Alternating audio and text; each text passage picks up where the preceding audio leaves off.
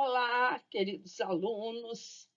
Estamos aqui hoje para discutir um pouco desse tema tão controvertido no mundo contemporâneo, que é a industrialização. E aí, tentei trazer para vocês uma abordagem que pudesse acabar com alguns estigmas sobre o assunto.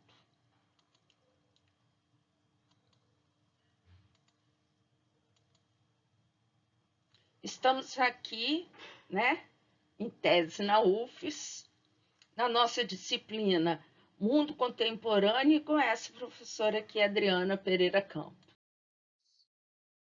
Muito bem. A Revolução Industrial, ela foi muito bem recebida no mundo.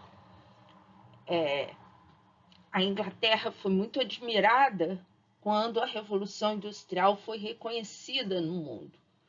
As pessoas passaram a adquirir os produtos da Inglaterra, sobretudo a Europa mesmo tinha uma certa inveja dos ingleses, porque os ingleses usavam roupas, casacos de lã, camisas de cambraia e sapatos no inverno, e eles ficavam muito protegidos, os homens mais simples, inclusive, em comparação, evidentemente, com o restante da Europa, quando ainda se usavam os tamancos e era preciso tecer grossas meias de lã para proteger os pés e ainda cobrir os pés com botas improvisadas de couro.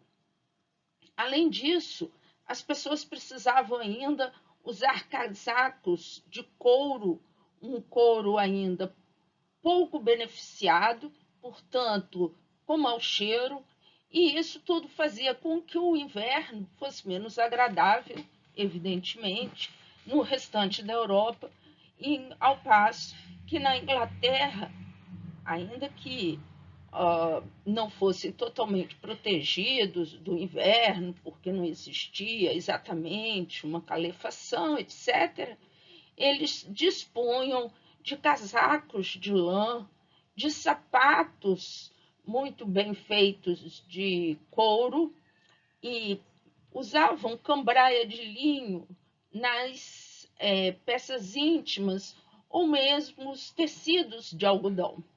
Tudo isso fazia com que o mundo se maravilhasse com a Revolução Industrial, que tinha tornado todos esses produtos bastante acessíveis ao homem comum. Muito bem, mas nós não podemos exagerar nessa admiração.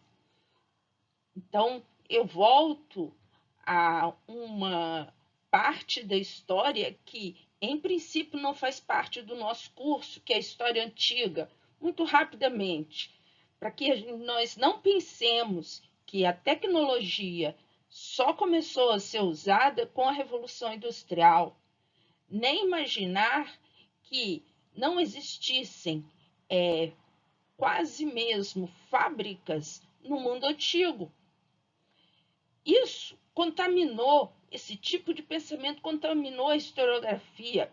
E a historiografia olhava para a história antiga para observar nela o que teria faltado, vejam só, para que lá ocorresse uma revolução industrial.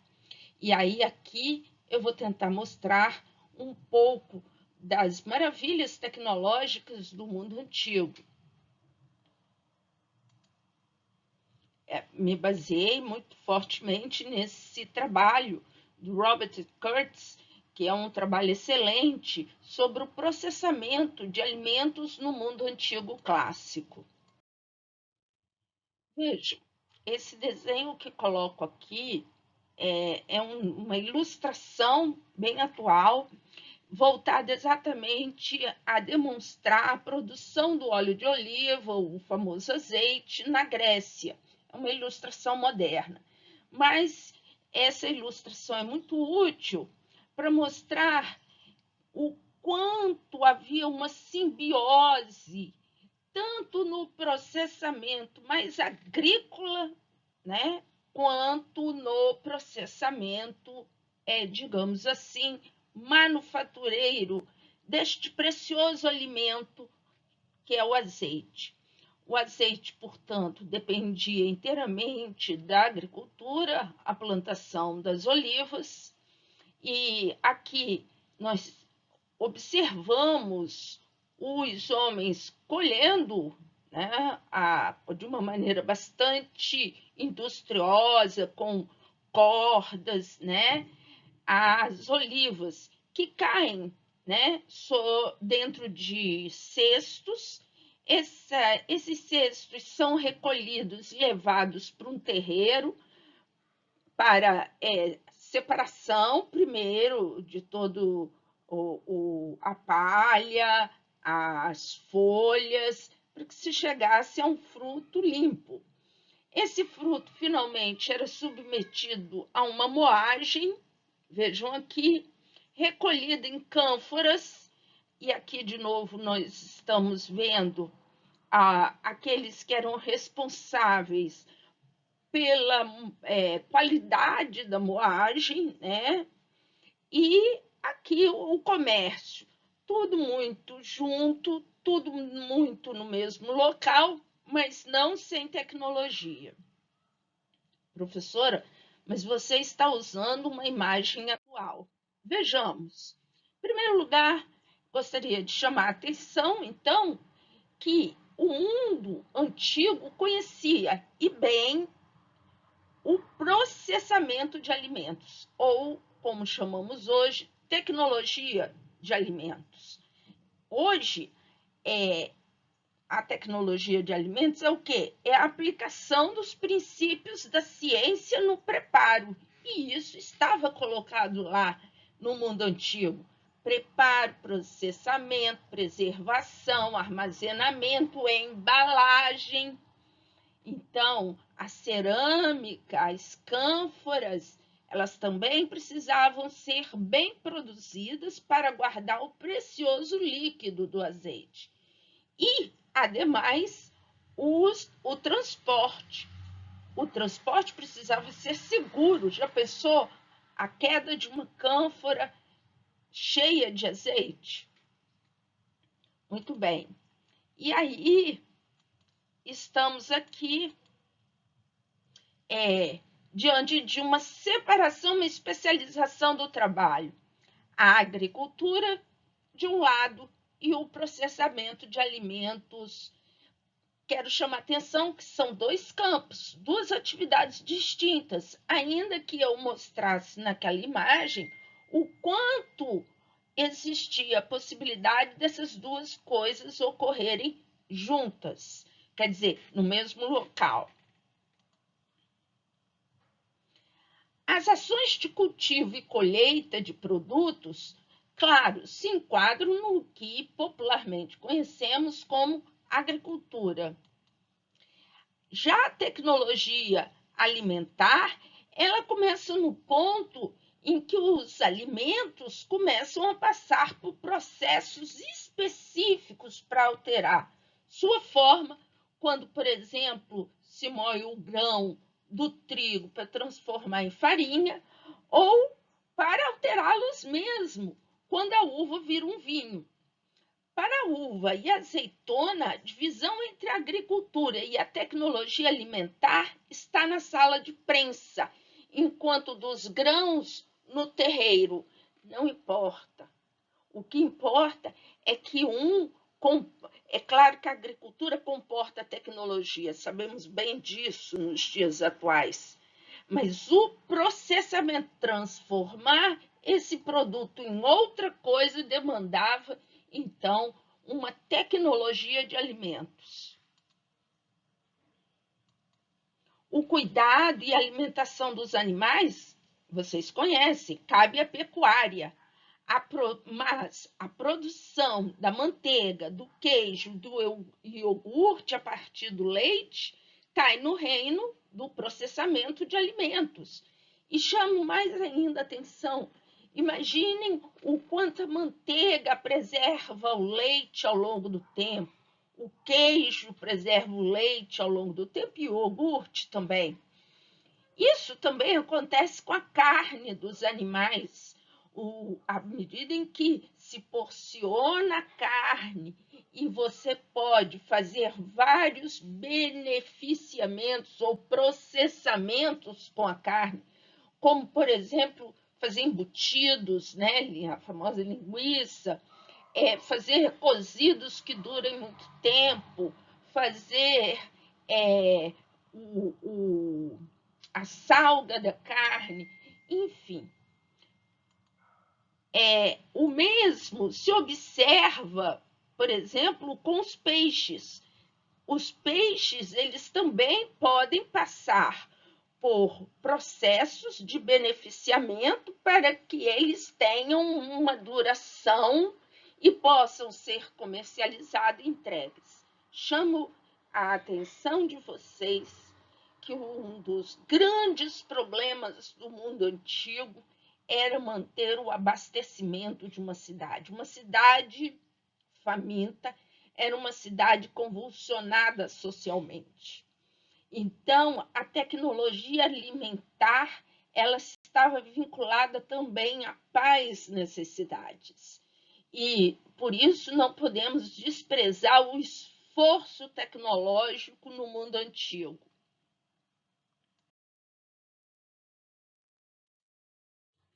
E alimentos frescos e processados. É claro que na antiguidade os alimentos se dividiam em duas categorias. Em primeiro vinham os alimentos que eram os alimentos frescos, o leite, né, o mel, e outros, a carne, que poderia ser cozida, assada, fervida antes do consumo.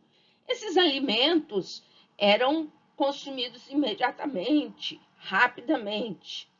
E existiam outros alimentos que, para serem comestíveis, precisavam de uma significativa mudança. A azeitona é um grande exemplo disso. Ela é muito dura quando é extraída, é preciso colocá-la por um tempo dentro de uma conserva para que ela se transforme em algo saboroso. E, para além disso, pode-se transformá-la em azeite. O trigo é outro grande exemplo. Sem transformá-lo em farinha, ele tem pouca utilidade. A cevada, sem transformá-la em farinha, tem pouca utilidade.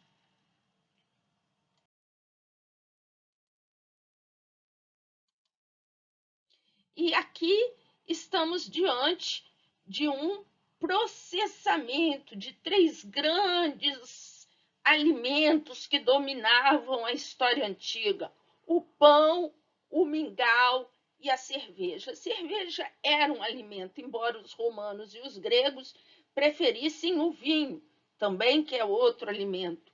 E era um alimento que podia viajar os mares, que podia ser trazido de várias outras cidades. Vejam a praticidade numa época de enchentes, ou de falta de água, ou de pragas. Era possível você importar, não era o leite, não era possível importar, mas a manteiga, o queijo era. E assim, vamos observar que os alimentos, eles eram processados por diversas razões, dentre elas, razões políticas, razões econômicas e razões sociais. Então, nem todo grego ou romano tinham acesso a todo tipo de alimento.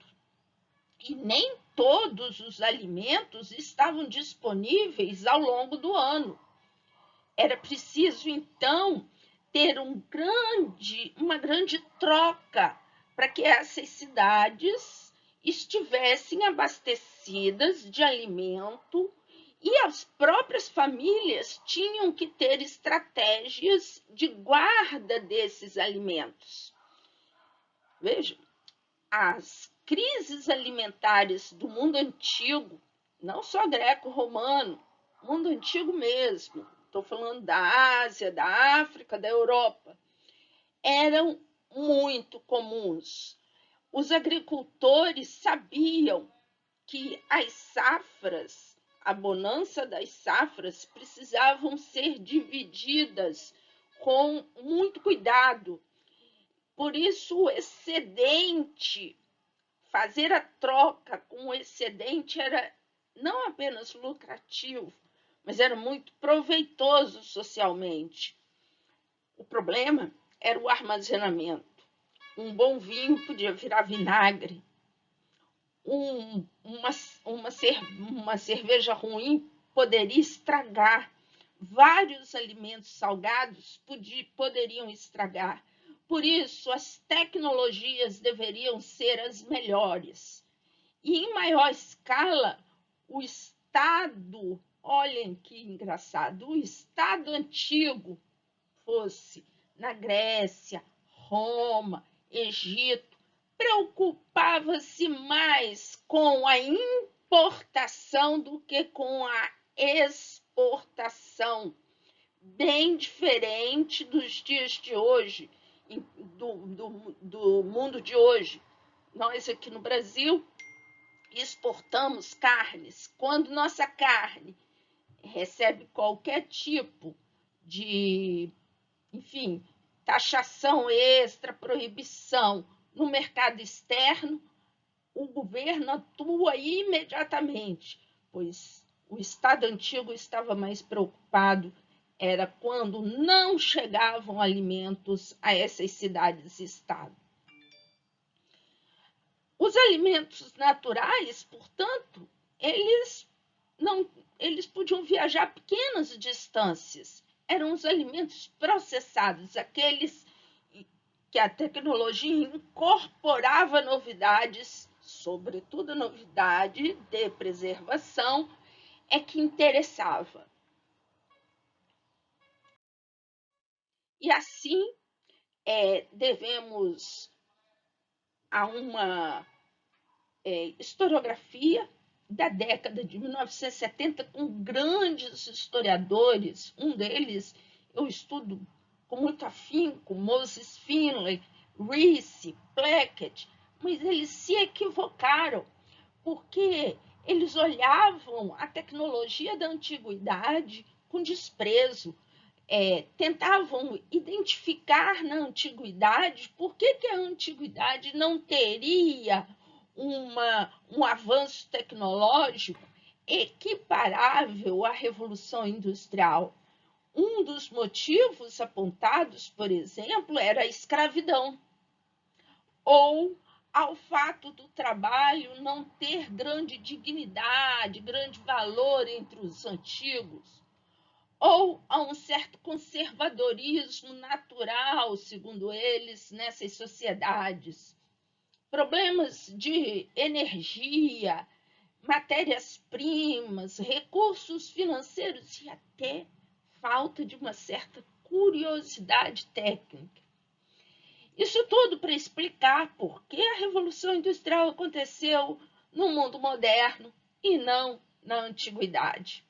Mas desde a década de 80, a historiografia deixou de ter esse tipo de preocupação, de justificar, né? E começou a olhar as inovações tecnológicas do mundo antigo, né? Sem se preocupar em classificar aquilo como uma revolução industrial. E, sobretudo, em demonstrar que o fato de não ter um capitalismo, da tecnologia não gerar um capitalismo na antiguidade e ainda manter a escravidão, isso não significava estagnação no mundo antigo. Houve melhorias graduais na tecnologia, nas máquinas, inclusive para White, Houston, Green e Wilson, a antiguidade criou uma prateleira tecnológica, o que significa que colocaram nessa prateleira diversas tecnologias que usamos até os dias atuais. E, na medida da necessidade, eles lançavam mão dessa tecnologia para a grande crise de alimentos que às vezes assolava o mundo da antiguidade. Então, essa mudança na abordagem do avanço tecnológico no mundo antigo se coloca, sobretudo, no campo do processamento dos alimentos, né? Sobretudo para negar que não houvesse tecnologia na antiguidade. E essa solução, essa interpretação se apoia grandemente em materiais arqueológicos, que mostrarei adiante para vocês. E assim, a tecnologia alimentar, ela não está aí para ser observada como uma fábrica ou como uma revolução industrial da Inglaterra. Não. Por quê? Porque nem sempre a tecnologia era abrangente, ela se aplicava a um único produto. Por exemplo, a moagem de grãos podia envolver muitos processos distintos. A produção do vinho não era só esmagamento, pressagem de uvas, envolvia inclusive uma questão química, a fermentação do suco. E, consequentemente, a melhor abordagem é focar nos alimentos que requeriam processamento para distinguir que máquinas, que ferramentas os gregos e os romanos usavam para processá-los e determinar quais princípios, né, essas ferramentas trouxeram avanços tecnológicos para a antiguidade. Vejam, o trigo e a cevada sem o beneficiamento, nada é quase impossível utilizá-los. No entanto, eles eram 75% da dieta dos homens da antiguidade clássica. E ambos os produtos exigiam processamento antes do consumo. Consequentemente, o pilão, as ferramentas básicas de martelar, serviram tão bem ao seu propósito que permanecem até os dias de hoje, quase inalterados.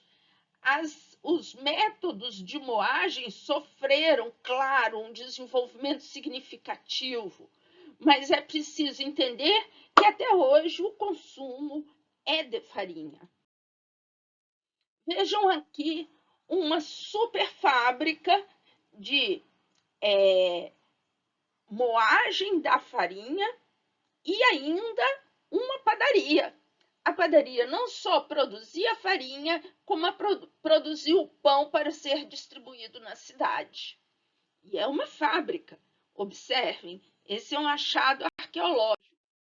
Outro achado arqueológico, esse triturador de azeitonas. É um instrumento tecnológico que essas duas bandas dessa esfera eram, então, colocadas em pé e torcidas ao ponto de espremerem totalmente as azeitonas e fazerem o azeite, nosso querido azeite. Aqui, outro achado arqueológico mostra muito bem uma prensa, né? E com alavanca e peso, um sujeito aperta na medida em que sobe nessa alavanca, exatamente, vejam aqui, vou acender uma luzinha aqui, vejam que é para produzir ou vinho ou azeite.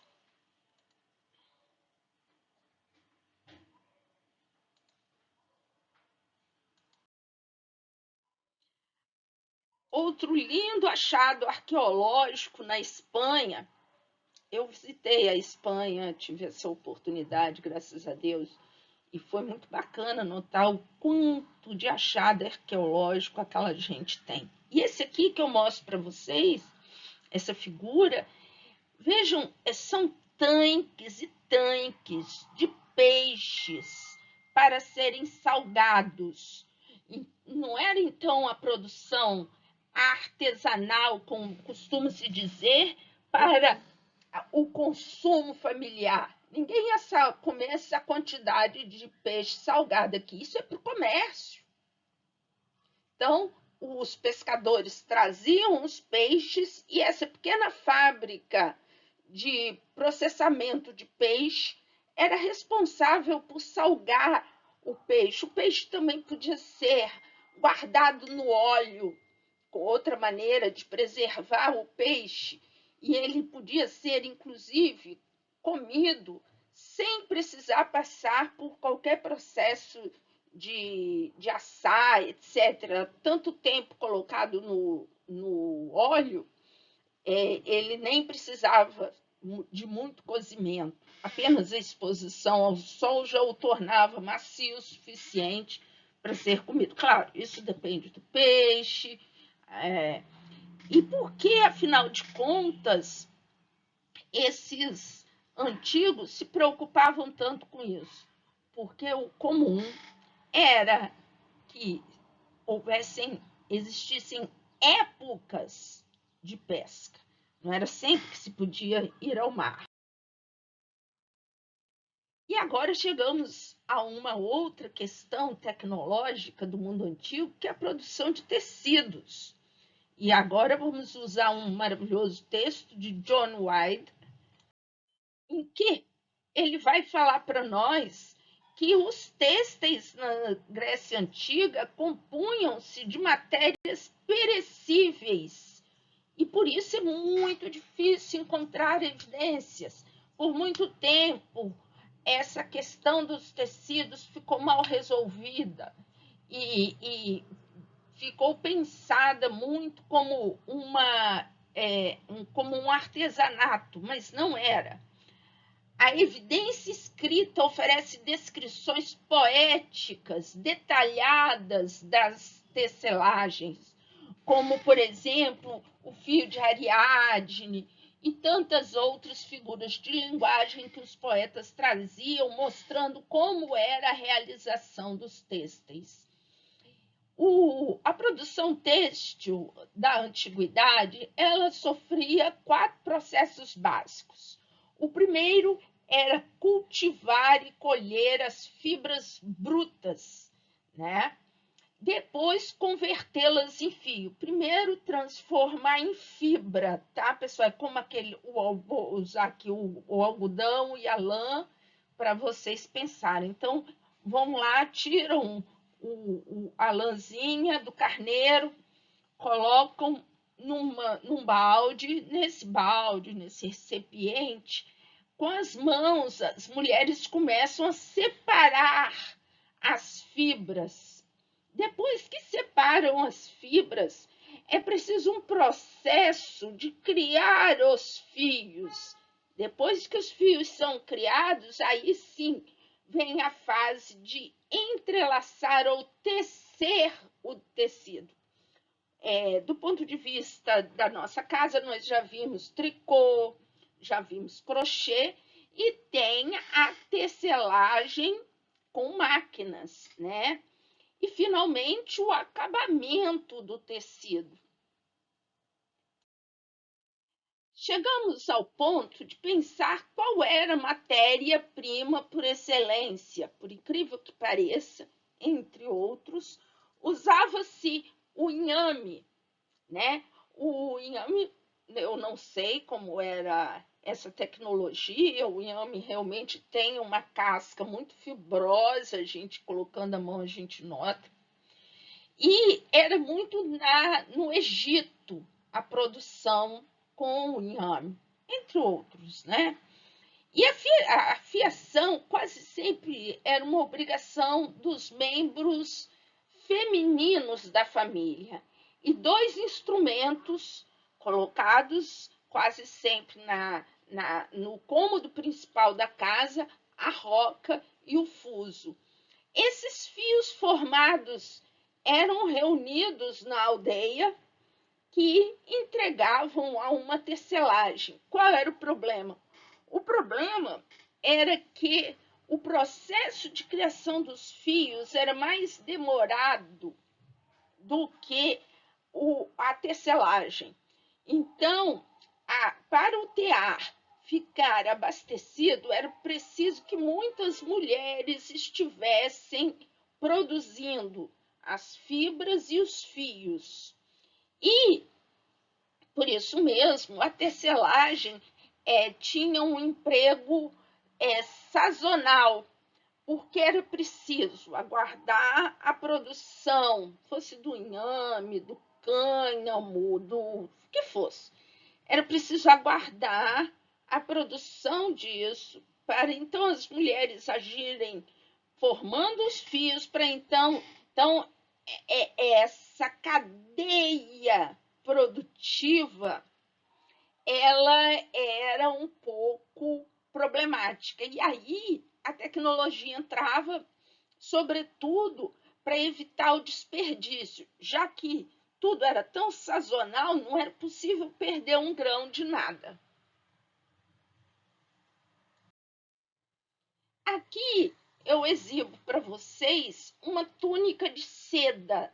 Seda, como vocês sabem, produzida por um bichinho, que dessa fibra que ele produz, as mulheres faziam um fio muito, muito delicado, e esse fio era tecido um grande tecido. O tecido, por sua vez, era tingido e muitas vezes recebia, que lindo esse, não é?